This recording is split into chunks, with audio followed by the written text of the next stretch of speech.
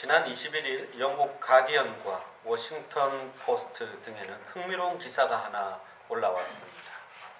지금부터 46년 전인 1970년에 이스라엘 사해연안에 있는 엥게디에서 고대 유대회당이 하나 발견되었는데 그 속에 성궤가 하나 있었고 그곳에 불탄 두루마리가 하나 있었습니다.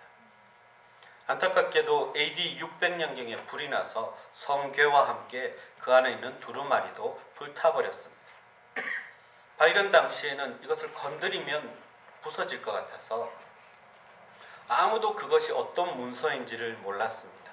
너무 궁금했지만 손을 댈 수가 없었습니다. 그런데 46년이 지난 오늘날 과학이 많이 발전했지 않습니까? 그래서 다시 이 문서를 어떤 문서인지 알려는 시도가 있었습니다. 이스라엘의 유물 담당 기관인 고대 유물국에서 엑스레이로 스캔한 이미지를 미국에 있는 켄터키 대학 연구진에게 보냈습니다. 그리고 그 두루마리의 해독 과정이 시작되었습니다. 여러분 CSI 그런 프로그램 많이 보셨죠? 마치 그런 것처럼 3D로 된 가상 현장에다가 이 두루마리들이 컴퓨터를 통해서 하나둘 펼쳐지기 시작했습니다. 그리고 엑스레이를 투과시키면 그 엑스레이가 반짝거리는 빛이 나는 부분이 있는데 그게 바로 글자가 쓰여진 부분이라 합니다. 그 당시에도 잉크를 쓸 때 잉크 안에 철이나 납 등의 금속 성분이 있기 때문에 그게 반짝이는 거죠. 글자가 있는 부분, 글자가 아닌 부분을 구별해낼 수 있게 되었습니다. 이것을 이용해서 연구팀은 두루마리에 적혀있는 문자들을 다 복원했습니다. 근데 이게 해독이 안 되는 거예요. 그래서 이 문서를 해독하기 위해서 히브리 대학으로 다시 보내서 히브리어 학자들이 이 문서를 다시 해독해냈습니다. 그게 뭐냐면 놀랍게도 AD 300년에 쓰여진 레위기 성경 사본이었던 것입니다. 이 연구가 며칠 전 국제학술지 사이언스 어드밴스에 실렸습니다. 여러분, 유대인에게 이 레위기가 어떤 역할을 차지하는 성경인지, 얼마나 소중한 성경인지 알겠습니까? 성궤에 넣어서 유일하게 보관한 두루마리 성경이 바로 레위기였습니다. 유대인들은 아이들이 태어나면 그리고 글을 익히고 글을 쓰기 시작하면 제일 먼저 레위기를 가르칩니다. 디아스포라 이후에 많은 사람들이 세계 각지로 흩어졌습니다. 그러나 유대인들은 세계 어디에 있어도 항상 어린아이들에게 이 레위기를 쓰게 하고 읽게 만듭니다. 왜 그럴까요? 그것이 하나님의 백성의 가장 기본이기 때문에 그렇습니다. 무엇을 해도 하나님을 예배하는 백성이 먼저라는 것입니다. 그래서 그들은 어려서부터 예배를 가르칩니다. 하나님의 백성된 우리들도 마찬가지입니다. 여러분 혹시 예배를 드리는데 옛날처럼 그렇게 은혜를 잘 받지 못합니까? 내 믿음이 좀 시들시들해진 것 같습니까? 그러면 다시 기본으로 돌아가야 합니다. 우리의 예배가 어떤지를 점검해야 합니다. 레위기는 우리가 드려야 할 예배를 잘 설명해주고 있는 말씀입니다. 지난 시간에 우리는 번제를 통해서 하나님 앞에 이렇게 모여서 예배 드릴 때 어떻게 드려야 하는지를 분명히 살펴보았고요. 그 뒤에 이어지는 소제, 화목제, 속죄제, 속건제는 삶의 현장에서 우리가 어떻게 예배하는 삶을 살 것인지를 잘 알려주는 말씀입니다. 오늘은 소제를 함께 생각해 보려고 합니다. 소제는 곡식을 예물로 해서 하나님 앞에 드립니다. 고운 가루로 된 곡식을 가지고 오면 제사장이 올리브유를 붓고 그것을 잘 반죽해서 유향을 얹은 다음에 태워서 하나님 앞에 드리는 제사입니다. 이 제사는 헌신과 섬김을 상징하는 제사입니다. 그러니까 한마디로 말하면 봉사에 대해서 우리에게 알려주는 제사다. 그렇게 말할 수 있습니다. 봉사가 제사입니다. 봉사가 예배입니다. 여러분 우리가 하는 봉사와 섬김이 하나님 앞에 드리는 예배가 된다는 것입니다. 그렇다면 어떤 정신과 어떤 자세로 봉사해야 하는가 오늘 말씀이 우리에게 가르쳐 줍니다. 먼저 소재에 쓰인 제물이 고운 가루라고 했습니다. 왜 고운 가루로 드렸을까요? 밀을 부수고 갈아야 밀가루가 되는 것처럼 하나님 앞에서 우리가 봉사할 때는 우리 자신을 잘 갈아야 합니다. 우리 자신을 잘 다듬어서 우리 자신은 드러나지 않도록 거의 가루처럼 느껴질 정도로 만들어야 그게 온전한 봉사가 된다는 것입니다. 그리고 이 소재라는 말은요, 이 소자는 한자어로 쓰여졌는데요, 작을 소자가 아니고 힐 소자입니다. 하얗다는 뜻이에요. 소복할 때 그 소자입니다. 예를 들어도 왜 꼭 그런 예를 드나 이렇게 생각하실지 모르겠는데 제가 한자가 좀 짧아서 그렇습니다. 하얀 제사라는 거예요. 고운 밀가루, 하얀 밀가루로 드립니다. 하얗다는 이미지 그대로 깨끗함과 거룩함을 상징해야 합니다. 그런데 여러분, 봉사하면 순간순간 내 안에서 뭐가 튀어나옵니다. 내 성질도 나오고 기질도 나오고 고집도 나오고 아집도 나오고. 봉사가 그렇게 하면 안 된다는 것입니다. 그래서 하나님은 그런 것들이 나올 때마다 다 갈아서 엎으십니다. 고운 가루가 되도록. 그래서 하나님이 빚으시면 빚는 대로 쓰임 받도록, 하나님이 쓰시고자 하는 것에 마음껏 쓰실 수 있는 일꾼이 되도록 우리를 고운 가루처럼 만드신다는 것입니다. 그게 바로 소재입니다. 그래서 말씀이라는 절구통에 넣고 다 빻습니다. 그러다가 맷돌이라는 고난에 우리를 던져두시기도 합니다. 그래서 우리의 봉사가, 우리의 섬김이 정말 순전한 봉사가 될 수 있도록 우리를 그렇게 다듬어 가십니다.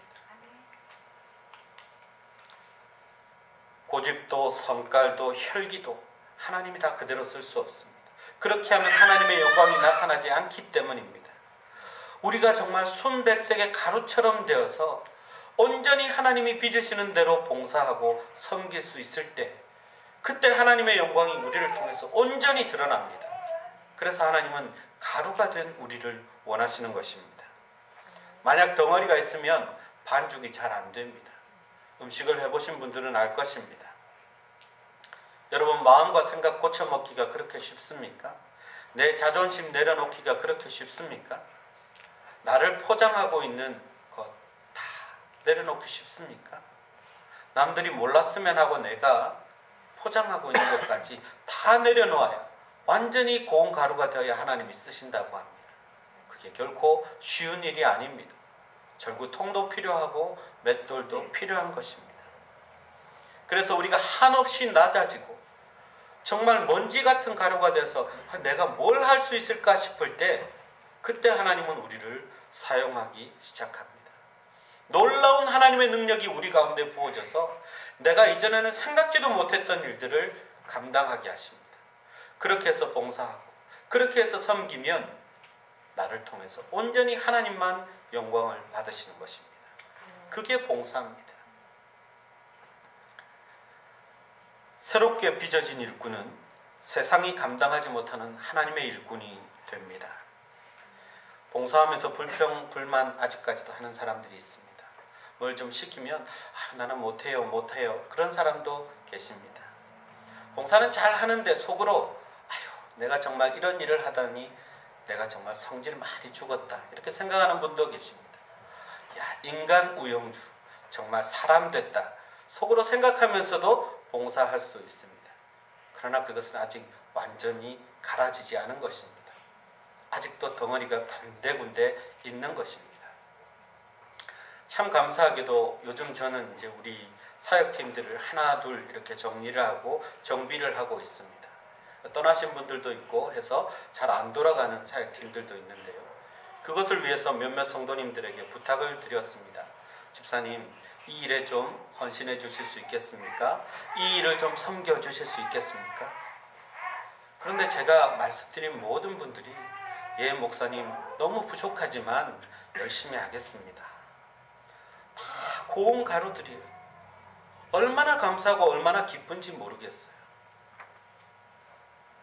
혹시라도 여러분이 하나님께 정말 쓰임받고 싶다면 내 속에 덩어리가 없는지 한번 살펴봐야 합니다.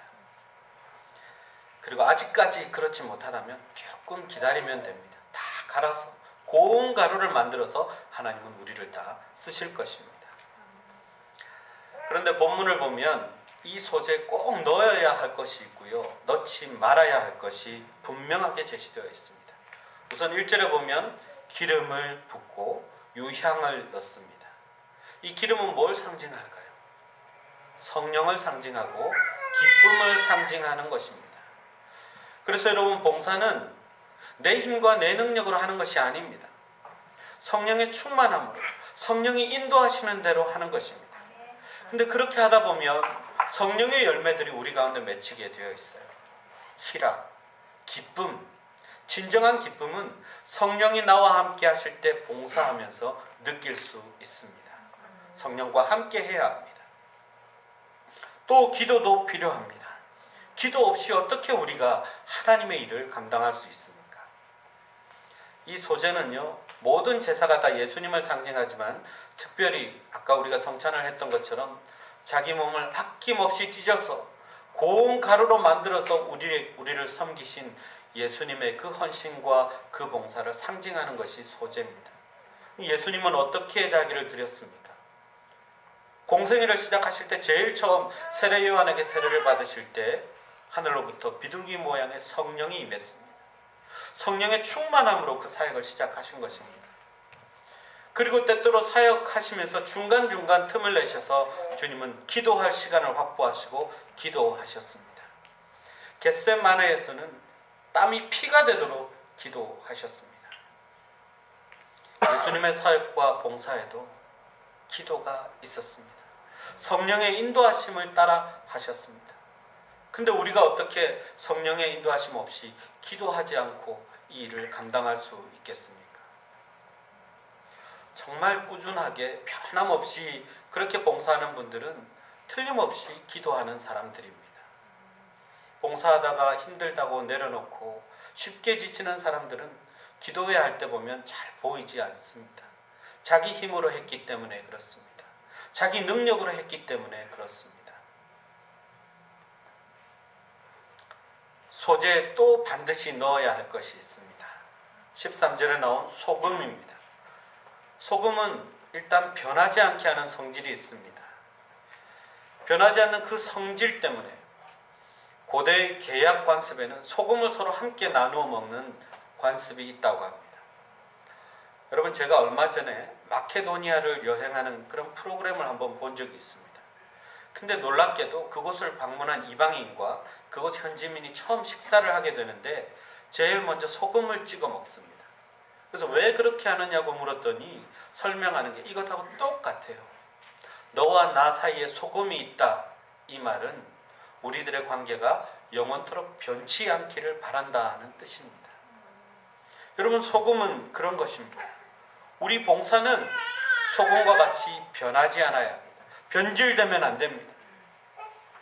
하나님 앞에 헌신하겠다고 했으면, 봉사하겠다고 했으면 변함없이 하나님을 섬기고 그리고 성도들을 섬기면서 봉사해야 합니다. 조금 바쁘다고, 조금 힘들다고 내려놓고 포기하는 것은 그 안에 소금이 빠졌기 때문에 그렇습니다. 제 고향 교회에 한 장로님이 계십니다.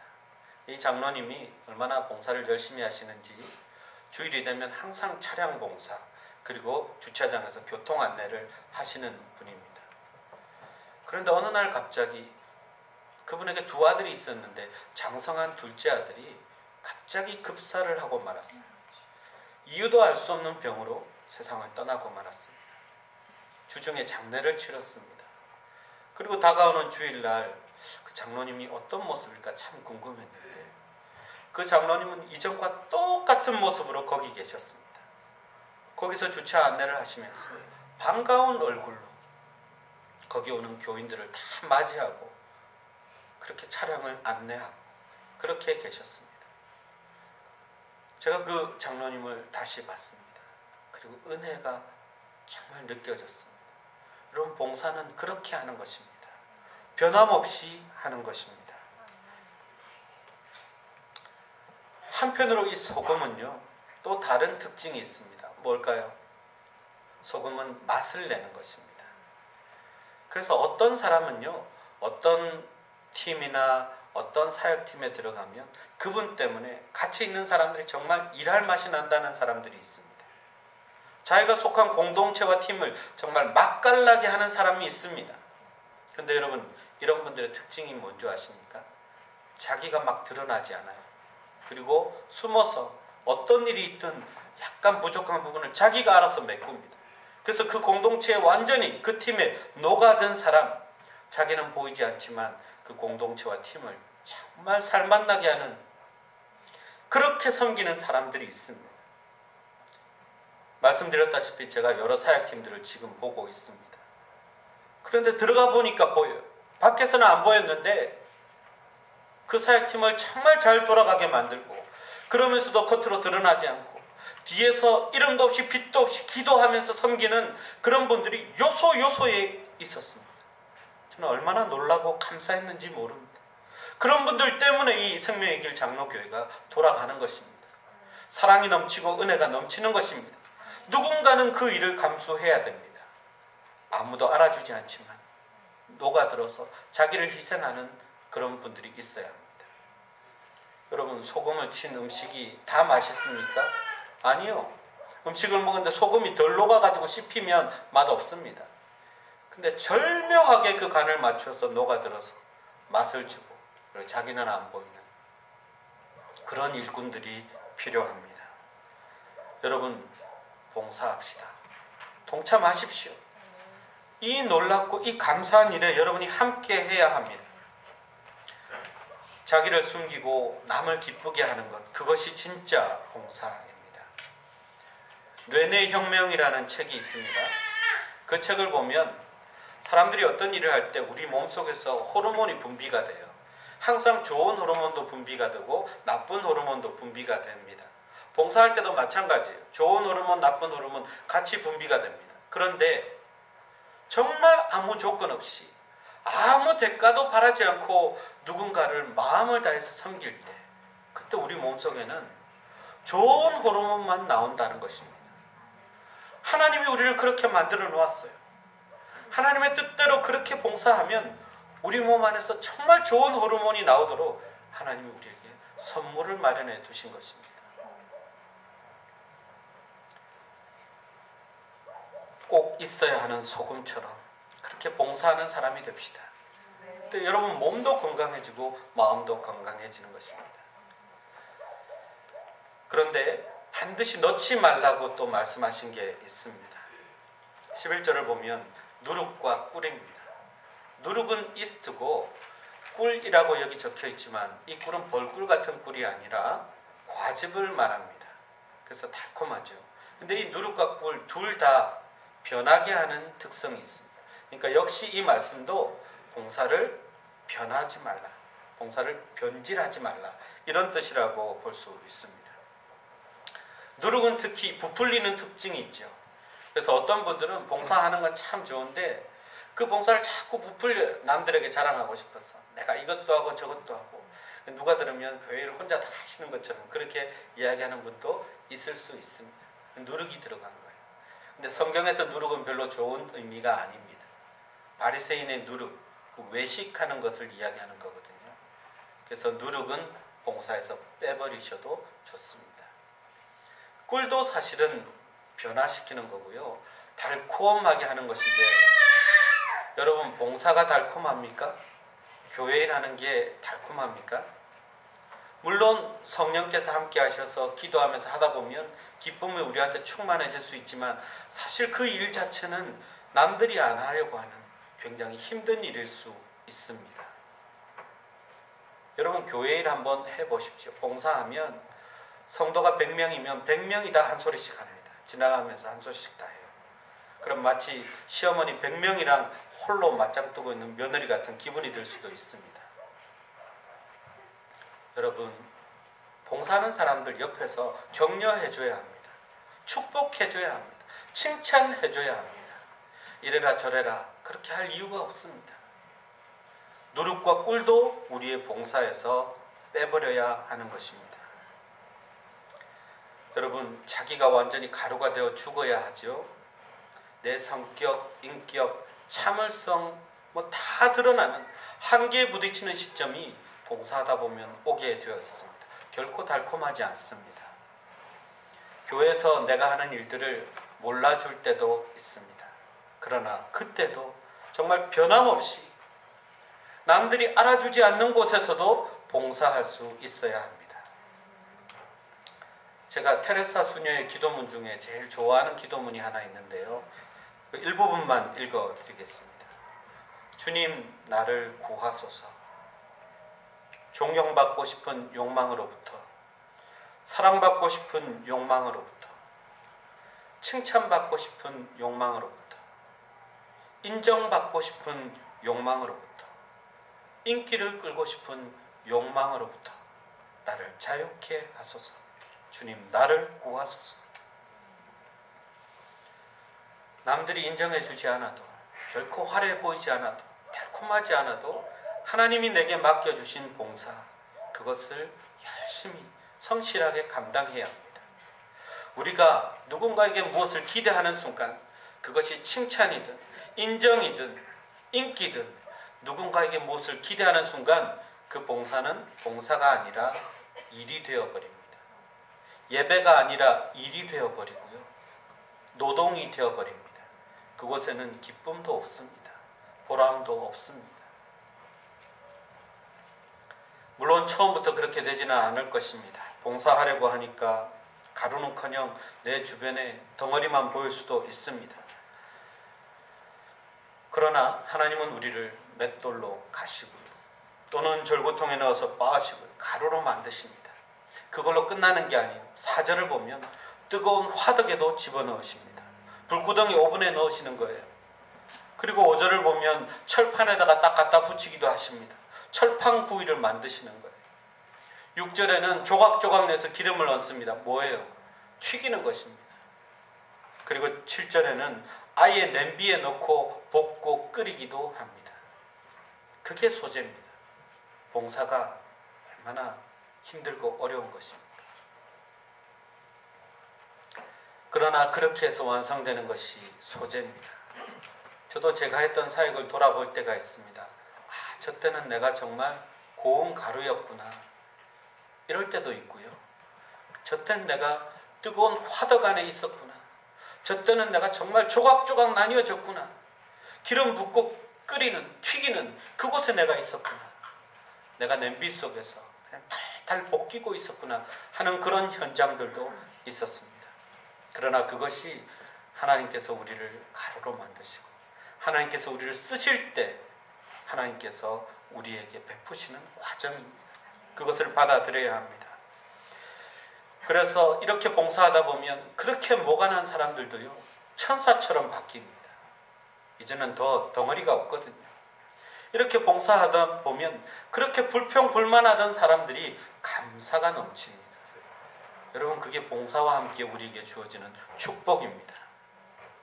그러므로 지금 여러분이 혹시 맷돌에 깔려있든지 절구통에서 뇌진탕을 당하든지 아니면 화덕처럼 뜨거운 시련 가운데 있든지 철판에 헤딩하고 냄비에서 볶듯이 당해도 봉사는 계속해야 합니다. 봉사와 섬김이 바로 예배이기 때문입니다. 하나님은 교회에 와서 섬김만 받는 사람 원하지 않습니다. 자기가 리더라고 모든 것 지시만 하는 사람 원하지 않습니다. 고운 가루가 되더라도 온전히 하나님께 자신을 드려서 아무도 알아주지 않는 그곳에서 성실하게 변함없이 소금처럼 봉사하는 사람, 그런 사람을 하나님은 찾고 계십니다. 그것이 우리가 드려야 할 소재로 드리는 예배입니다. 기도하겠습니다.